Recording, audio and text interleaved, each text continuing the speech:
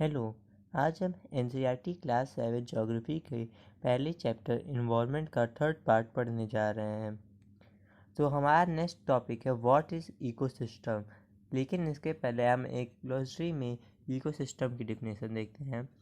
It is a system form by the interaction of all living organisms with each other and with the physical and chemical factors of the environment in which they live, all linked by transfer of energy and material। ये ecosystem की एक definition है कि ecosystem कैसे form होता है। तो अब हम यहाँ पे एक स्टोरी है जो रवि आपको याद होगा, तो वही स्टोरी कंटिन्यू करते हैं। एनसीसी कैंप में रवि अटेंड की क्लास अटेंड की थी। जस्सी कह रहा था कि what a heavy downpour, it reminds me my home in Kerala. You should come and see how it pours and pours and pours over the lush green fields and coconut plantations। वो आप वहाँ के केरला के बारे में बता रहा था कि केरला में कैसे कोकोनट के ट्री हैं, वहाँ फसल मसालों की ऐसी होती है। तभी हीरा कहती है, जो कि जैसलमेर की है, कि हम ना रेन देखते हैं, हमारे यहाँ तो बस का धूल होती है और कैमल्स दिखते हैं। और हीरा कहती है हमारे यहाँ कैमल्स के साथ साथ और डिजर्ट्स के एनिमल जैसे स्नेक्स लिजर्ट्स मिलते हैं।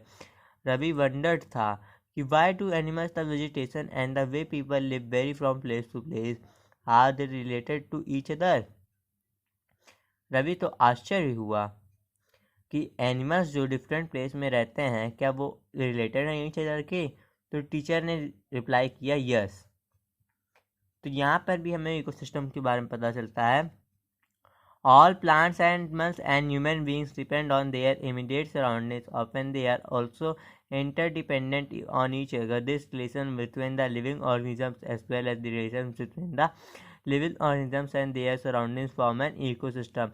There could be an ecosystem of large rainforest, grassland, desert, mountain, lake, river, ocean and even a small pond।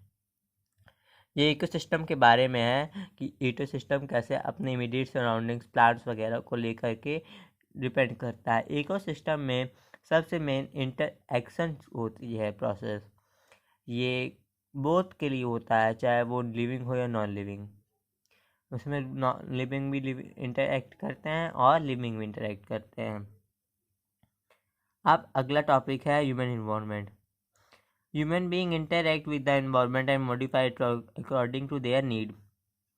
Human being interact करते हैं एनवायरनमेंट को और मॉडिफाई कर रहे हैं उसे अपनी आवश्यकता के अनुसार। पुराने समय में लोग अपने माहौल को अपने आप को सरवाइव कर लेते थे, वो एक साधारण जीवन व्यतीत करते थे और अपनी सारी रिक्वायरमेंट्स आसपास से पूरी कर लेते थे। जैसे समय बढ़ता गया, मानव ने नई नई रचनाएं की, वो क्रॉप्स ग्रो करने लगा, एनिमल्स डोमेस्टिकेट यानी एनिमल्स पालने लगा और एक अच्छी ज़िंदगी व्यतीत करने लगा, व्हील का आविष्कार किया और फूड अच्छा प्रोड्यूस करने लगा, बेटर सिस्टम इमर्ज किया। बेटर सिस्टम, ये तो नया वर्ड है, हम इसको भी अभी थोड़ी देर में जानेंगे। और उसने ट्रेड स्टार्ट किया, कॉमर्स डेवलप हुआ, इंडस्ट्रीज खुली, ऐसे बहुत ट्रांसपोर्टेशन भी फास्टर होने लगा। पहले बैल पे फिर साइकिल, ऐसे बहुत आविष्कार हुए। ऐसे ह्यूमन इन्वायरमेंट बदल का गया। क्या आपने कभी सोचा है आपको जूस वाटरमेलन का समर में अच्छा लगता है और पीनट्स विंटर में? A perfect balance is necessary between the natural and human environment. Humans must learn to use their environment in a harmonious way। इंसान को अपनी कुदरत के ढंग में रहना चाहिए।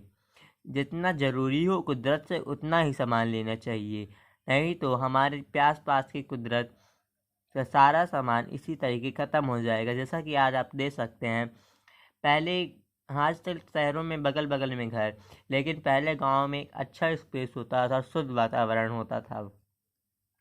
तभी उनकी क्लास की एक न्यूरी लड़की रहती है, वो इन्हें इनवाइट करती है अपने यहाँ वेकेशन करने पे और उनकी टीचर ने होमवर्क देती हैं कि जहाँ आप छुट्टी में गए थे वहाँ के बारे में लिख के लाइए।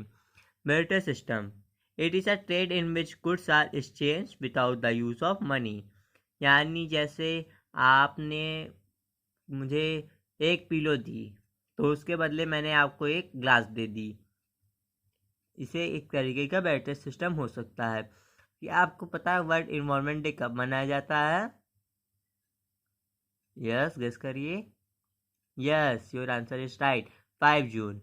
एवरी ईयर 5 जून को वर्ल्ड इन्वायरमेंट डे मनाया जाता है। जी हाँ, फिर से सुन लीजिए, 5 जून को every year world environment day मनाया जाता है। तो इसी प्रकार हमारा चैप्टर ये ख़त्म हुआ। अब हमारे चैप्टर में इसके बाद आती हैं एक्सरसाइज। जो एक्सरसाइज मैं जानता हूँ कि आप सब कर सकते हैं आराम से, क्योंकि हमने ये चैप्टर एकदम अच्छे से पढ़ा है। तो थैंक यू। मैं ऐसे ही और चैप्टर्स लेकर के आऊँगा। आपको जो चैप्टर्स जो बुक के पढ़ने हो, क्लास 7, क्लास 6, क्लास 8, वो मुझे बताइए, मैं ज़रूर करूँगा। Thank you.